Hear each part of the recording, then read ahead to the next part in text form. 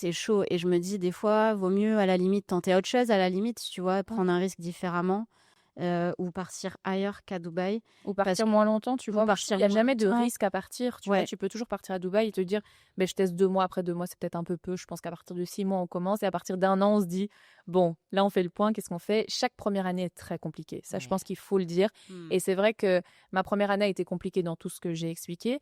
Et en parlant avec des gens qui étaient là depuis plus longtemps, ils m'ont dit, ma première année était horrible. Ouais. C'est qu'à la deuxième où je me dis, là, c'est bon, je suis partie pour X années ou pour tout le reste de ma vie.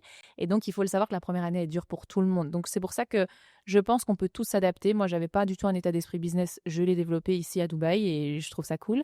Mais c'est vrai que si ton tempérament le permet pas, c'est clair qu'il faut pas se forcer. Après, je Mmh. pense que les gens font vraiment là où leur cœur leur dit d'aller. Mais en tout cas, il y a des images à déconstruire de Dubaï, il y a des clichés à déconstruire quand même. Je pense que c'est mieux que ce que l'on pense, Oui. que la majorité des gens pensent. Donc ça, je pense que c'est ça aussi qui me pousse à me dire que c'est faisable quand même. Mais c'est clair que ouais, faut avoir des épaules bien larges et un tempérament de feu quand même, hein. Ouais, comme nous. Ouais.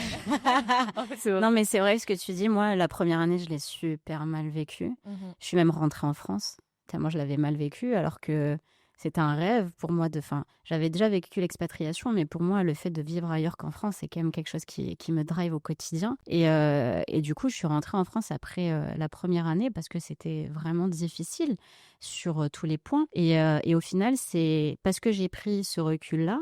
Donc ça fait quelques mois maintenant que je suis rentrée en France et que du coup j'oscille entre Dubaï et la France. Et finalement c'est comme ça que j'y trouve mon équilibre.